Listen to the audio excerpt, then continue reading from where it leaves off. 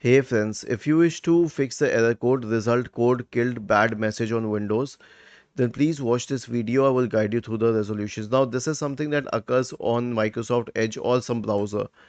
So I'll show you the solution for Microsoft Edge. It is similar for all Chromium browsers.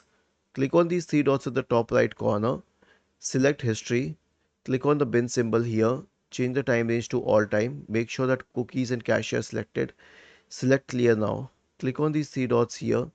Once again, click on extensions, select manage extensions. If any extension is causing a problem, try removing it.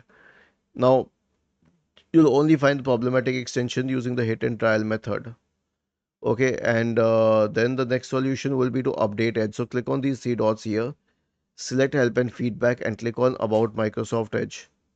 The last solution will be to reset Edge. So click on these three dots here, select settings, and then you can go to reset settings. Select restore settings to the default value, select reset. Was this helpful? If yes, then please subscribe to the channel. If not, then let us know in the comment section of the video on how we could help you further. Thank you for watching this video and have a nice day.